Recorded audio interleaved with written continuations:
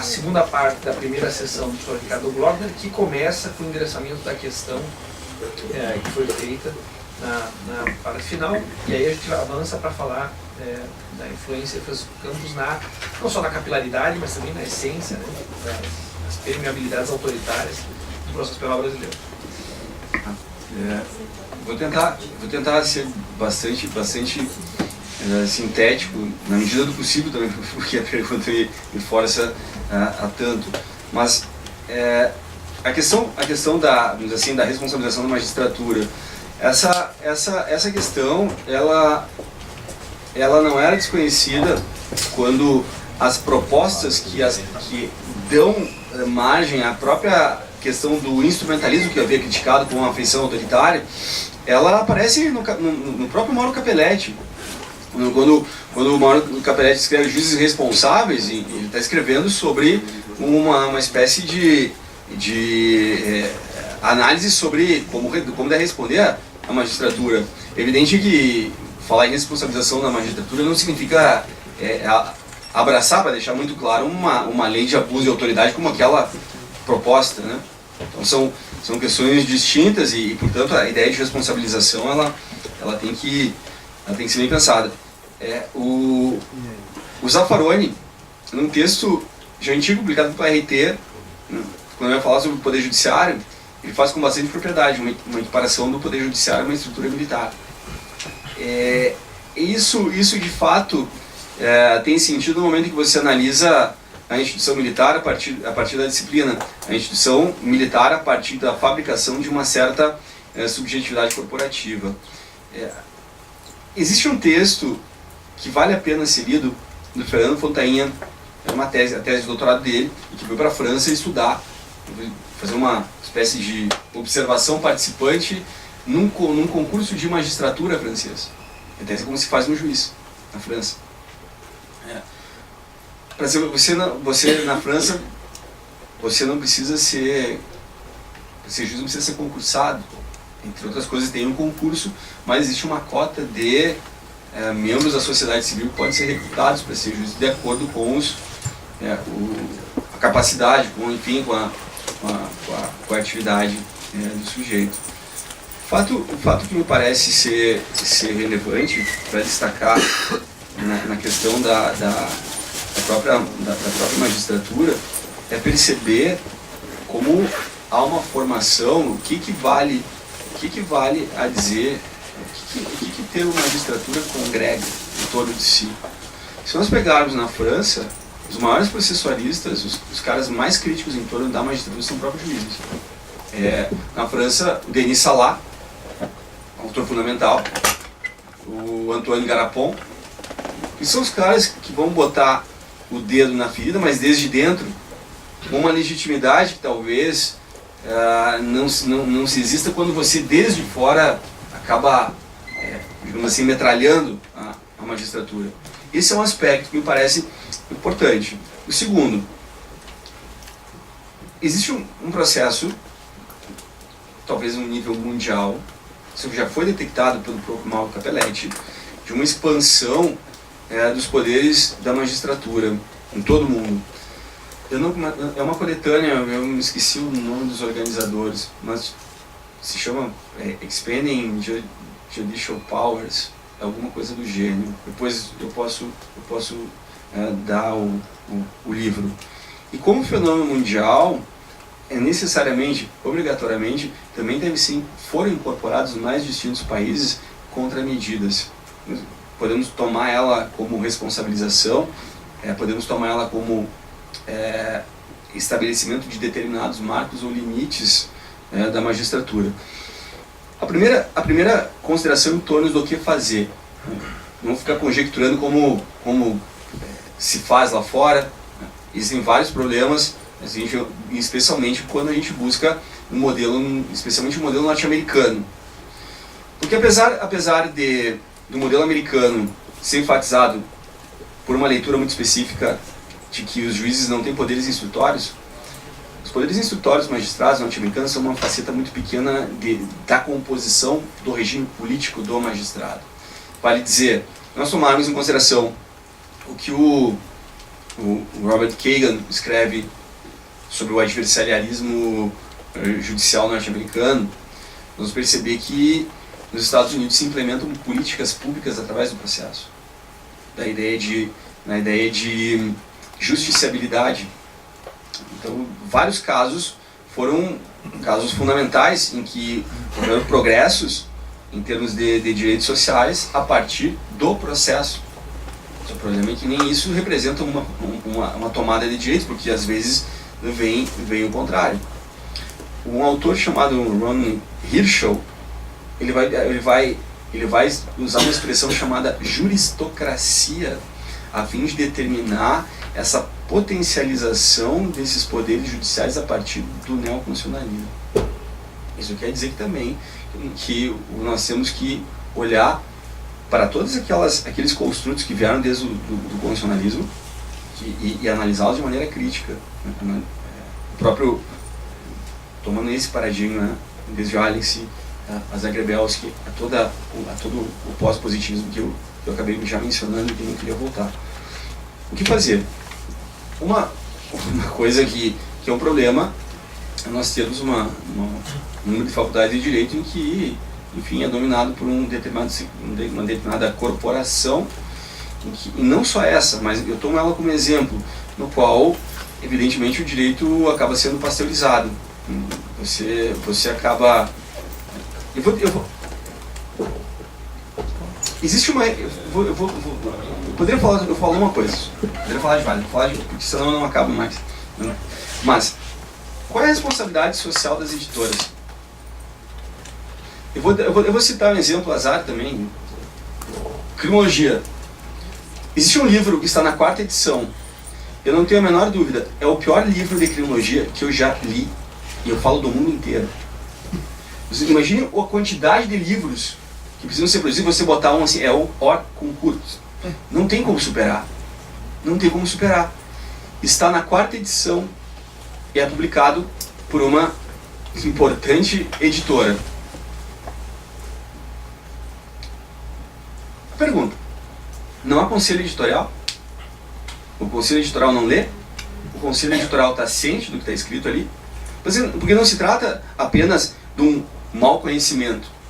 Não se trata só de mau conhecimento. Eu vou dar um exemplo.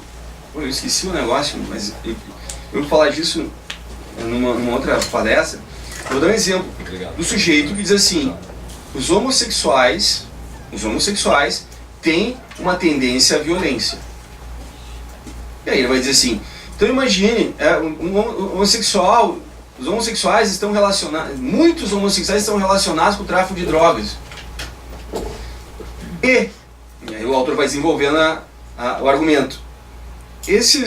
Imagine então, se eles já estão ligados com o tráfico de drogas, imagine a sua ligação com delitos sexuais.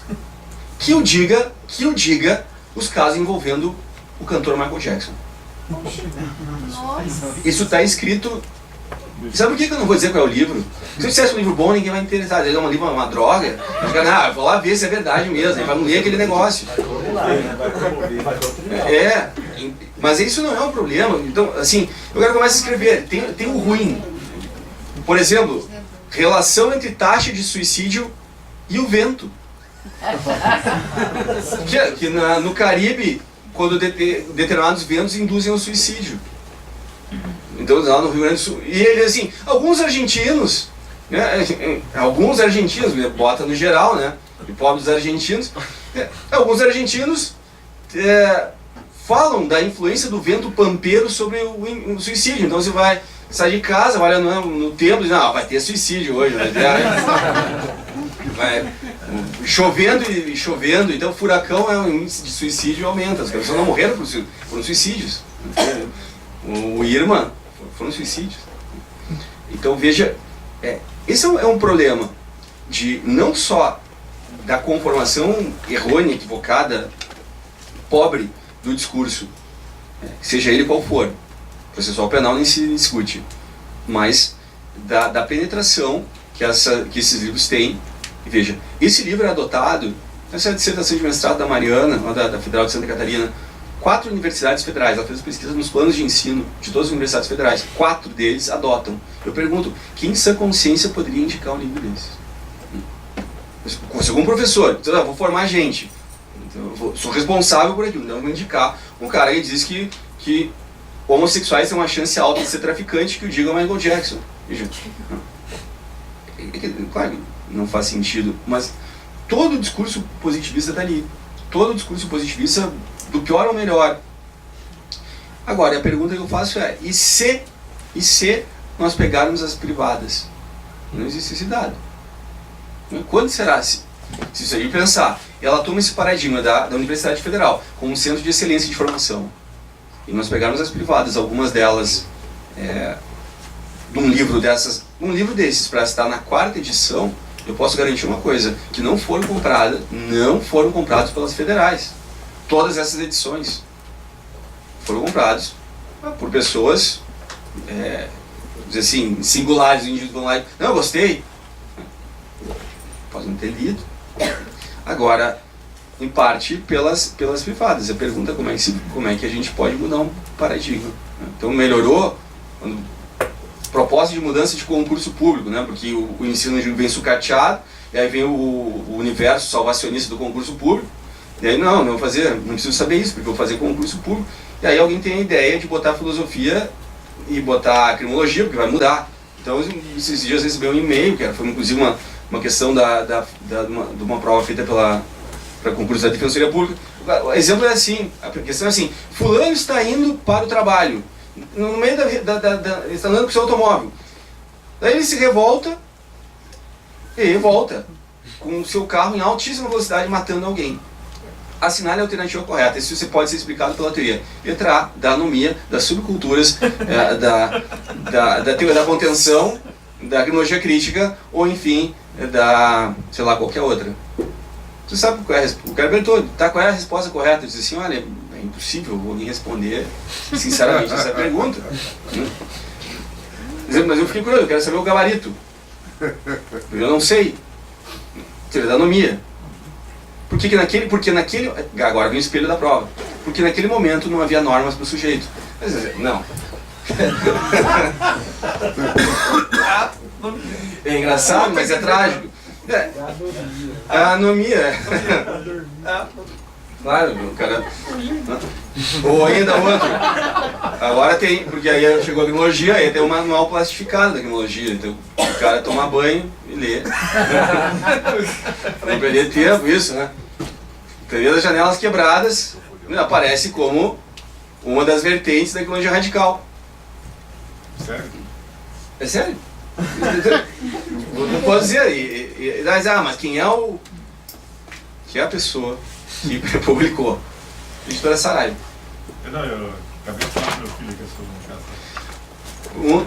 Um dos professores, esse anterior, professor Juari, com Y, Juari Cirino dos Santos. Então assim, como é que... Não tinha no Super-Heróis, não tinha aquele negócio, né? Hoje ele vive do Juari. mundo alternativo. Não, então tu imagina qual é a minha condição de desenvolver, né? Eu poderia falar sobre o que ele escreve. Então, segundo o pensamento dialético weberiano, não é possível que alguém possa ter escrito aquilo. Eu acredito piamente que a pessoa não possa ter superego, não tem nada assim, a visão não pode escrever, você não tem que ver o nome da pessoa, vai de cabeça. Aí você vai, põe o Juari, põe o Weber nos dialéticos, né? E por aí fora, eu teria vários, eu esqueci o iPad, não, enfim, eu tenho as fotos do livro que eu leio para a esposa, abro aspas, né? Eu dizer, não, realmente é isso aí mesmo, eu acho que eu estou inventando um negócio desse. Mas existem ali, é um horror. Então, a tentativa de aperfeiçoamento do concurso público, porque então vamos fazer o sujeito ler as propedêuticas, acabou sendo um efeito contrário. Se me perguntasse entre não ler nada de criminologia e ler a anomia como anomia, então não lê nada. É melhor, pelo menos não torna contraproducente o ensino. Mas, claro, Então, o problema do concurso é um problema sério. Sério, e eu confesso não ter nenhum tipo de resposta, porque tudo que foi intuído como algo a melhorar tornou ainda mais problemática a situação. Mas eu pretendo, quando for escrever, esse é um desenvolvimento, Ezequiel, seria talvez um volume 1 dos vários que eu quero desenvolver, desmembrando algumas das categorias. Uma delas é a jurisdição. Provavelmente quando escrever sobre jurisdição, se algum dia eu escrever, eu vou falar sobre isso. Tá? Desculpa mesmo por não ter condição de responder de forma mais profunda a tua pergunta, mas é uma resposta que eu te dei com a maior honestidade possível. Veja então vamos para o saudoso Francisco Campos. Só faltou o cara botar meio no ensino de Harry Potter, né? Aquele que não podemos falar. Faltou isso. Mas o saudoso, ele tem a coletânea dos textos editada, e tem PDF, numa dessas iniciativas de disponibilizar alguns materiais. E o Francisco Campos tem um Estado Nacional que reúne numa obra, um e-book, todos os principais textos de ciência política e também a exposição de motivos tanto do Código de Processo Penal quanto do Código de Processo Civil. Então ali vocês conseguem enxergar muita coisa. Um desses textos, que é uma conferência chamada Política e o Nosso Tempo, foi uma conferência pronunciada em 1935 na Universidade de Belas Artes, que é uma das conferências famosas do Francisco Campos. Ele vai tomar, e aqui ele se aproxima muitíssimo do Carl Schmitt, vai tomar a ideia do mito e da teologia política, que são conceitos fundamentais. Onde ele se aproxima do Carl Schmitt? Da tomada como referencial do Sorrell sobre a questão da violência. Mas ele vai dizer, entre outras coisas, né, a luta de classes não passa de um mito, etc, etc. Mas aí entra uma questão, o professor Geraldo tocava na questão do mito. E o mito, e aí tem a tese do professor Ruiz Casara, a mitologia processual penal, é indispensável. Mas assim como o mito tem uma força política performativa, digamos assim, o mito ele é uma organização de narrativa e, portanto, ele se insere numa dimensão temporal, mas o mito ele condensa determinadas forças políticas. Você não questiona, veja lá, você não vai questionar, quando alguém fala o mito de Édipo, você não vai perguntar se o Édipo existiu ou não, porque o valor do mito não está no valor de verdade. Você não questiona o valor de verdade do mito. Você questiona o valor de ação do mito. Essa é a proposta em que o Francisco Campos vai tomar para poder desarticular qualquer proposta que ele chama de democrático-liberal. Ele vai dizer que a democracia se confunde com o liberalismo político. E ele, como um tecnicista, um decisionista e tecnicista, ou seja, ele acredita na técnica, ele acredita que a expressão política se manifeste a partir da decisão, exatamente como Carl Schmitt, exatamente como por exemplo, Miguel Reale. Essa perspectiva, portanto, decisionista, ela subtrai da democracia toda e qualquer condição de se instalar no então projeto nacional. Nós estamos falando do projeto nacional. E o que o Francisco Campos sustenta, e ele toma o mito do sufrágio universal, é de pensar que isso seja de fato democracia quando é, na verdade, liberalismo. Segundo o Francisco Campos, nas mesmas linhas do Carl Schmitt. Esse modelo aqui não é um modelo de democracia. A democracia não quer dizer isso. Ele toma as ideias do Carl Schmitt e diz, olha, a democracia, em nenhum país ocidental, a democracia conservou uma plenitude da igualdade. Democracia é governar a desigualdade. Democracia é isso. E, portanto, alguns que estão fora da arena política. Então se invoca a Grécia, não é cidadão, não participa. Todas as democracias ocidentais vão conhecer o estrangeiro. O problema é que o estrangeiro é uma condição de redução política de regra linkada, vinculada ao inimigo. Daí porque a ideologia da segurança nacional não pode se constituir senão a partir da transformação do conceito de guerra, da guerra total, que é a guerra que mobiliza diversos países na Segunda Guerra Mundial, da guerra total, portanto, quando Foucault analisa isso no Estado, no Segurança, Território e População, tem uma balança, né? Uma balança política, a força do Estado é medida pela sua capacidade militar e pelo conjunto dos bens produzidos num determinado momento e em determinado território. Essa é a medição da força. Mas, para tanto, é preciso que a milícia, que os militares sejam força constante e não excepcional. É a transformação aqui dos exércitos em exércitos profissionais. Mas nessa lógica ainda de constituição de uma guerra total, que é a guerra que necessita de um aparato de preparação constante, ela não vai dar conta de outra, que é quando nós temos a confluência da chamada lógica da bipolaridade, que vem pela Guerra Fria, e se transmuta o conceito de guerra. E o conceito oriundo da Guerra Fria é a guerra revolucionária. E, portanto, um projeto de pensar o inimigo como um inimigo externo é alterado por um inimigo que está em todo lugar, inclusive interno, como dissidente político. Isso faz parte desse, digamos assim, desse imaginário.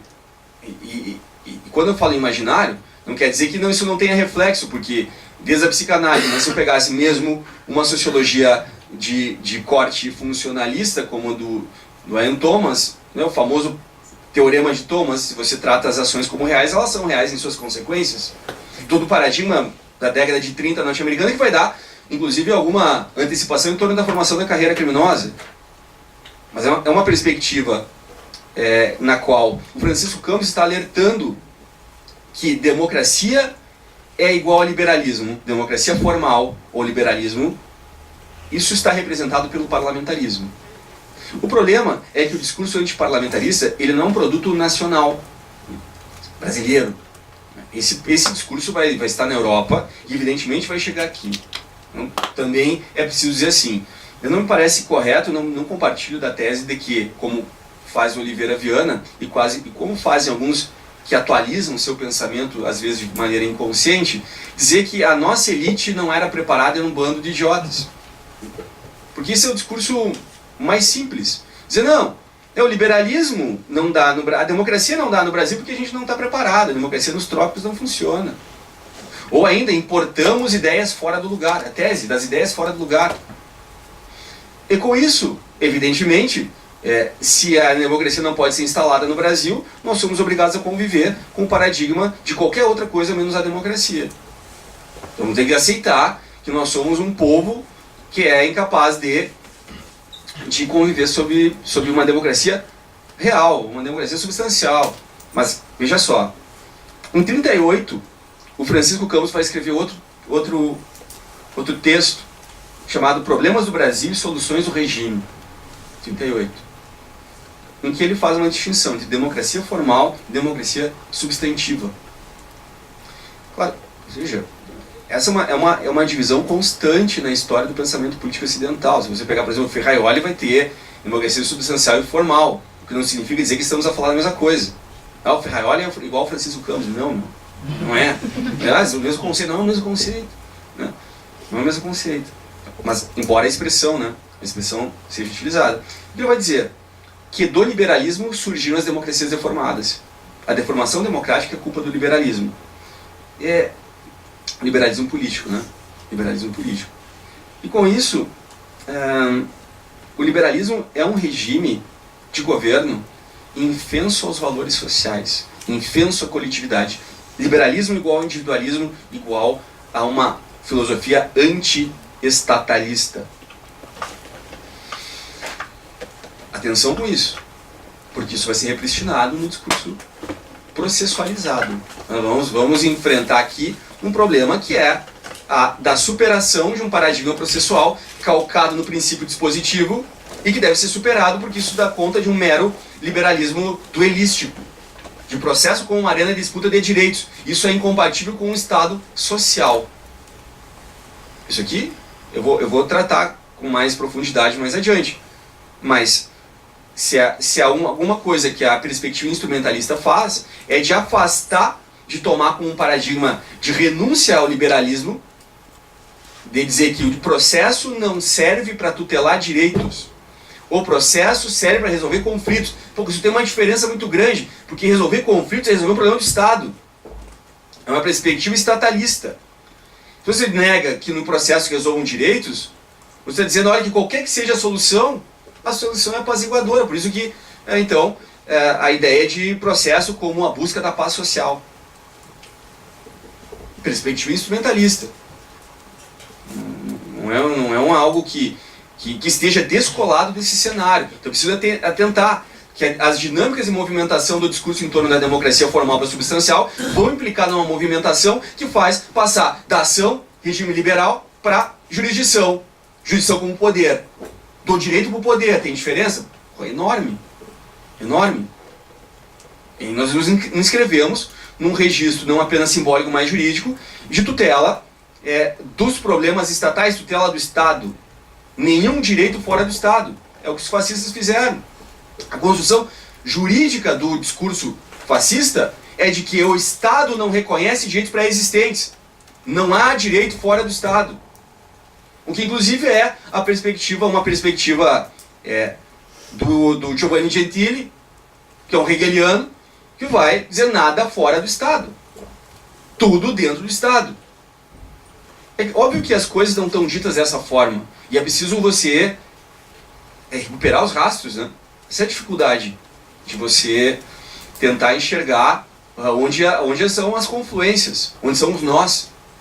É por baixo das franjas discursivas que a gente vai pensar por aí. Mas ele vai dizer, olha só, as frases do Francisco Campos. Se o liberalismo conduz a um regime estatalista, e o liberalismo, segundo Francisco Campos, nasceu do marxismo. Está explicado aí o discurso da ML. Absolutamente não. O liberalismo veio do marxismo. Veja, mas então o Francisco era um idiota. Ele está andando, ele está dizendo se é verdade ou não é. Eu acabei de tratar o registro, o valor do mito. O valor do mito não é um valor de verdade, é um valor de ação. Basta que os caras acreditem nisso. Não é preciso que seja de fato. Mas agora, veja só, diz o Francisco Campos, da guerra do Estado autoritário surgiu a democracia liberal que deu origem ao comunismo. Aqui, de novo, o Maurício está dando risada aqui, não escutando, mas essa é talvez a questão do discurso. Retomar numa conferência do Foucault, quando fala sobre os anormais, os discursos que fazem rir são os que produzem a morte.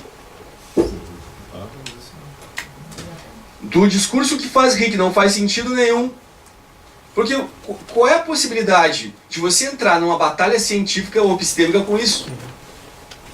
Não, você vai ler o Capital, você vai ler isso, você vai... Tem que ler tudo. Se fosse o caso, não é do valor da verdade. É o valor da mobilização, da catexia, da mobilização das pulsões.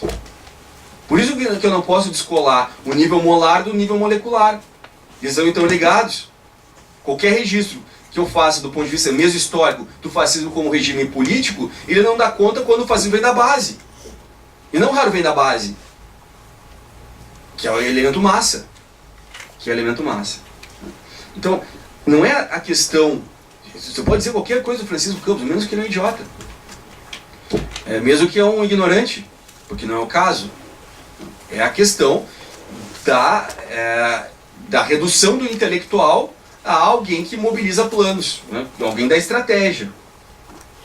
Então diz assim, olha só, sobre a Constituição de 37, vai dizer o Francisco Campos, onde ele tenta compatibilizar. Essa democracia substantiva, de que fala o Francisco Campos, é a compatibilização, a tentativa de compatibilização do que ele denomina como democracia, como um indexador, por outro lado, com o autoritarismo. A democracia substancial, substantiva, vai ser a tentativa de conjunção de dois inconciliáveis, através de giros e torções linguísticas.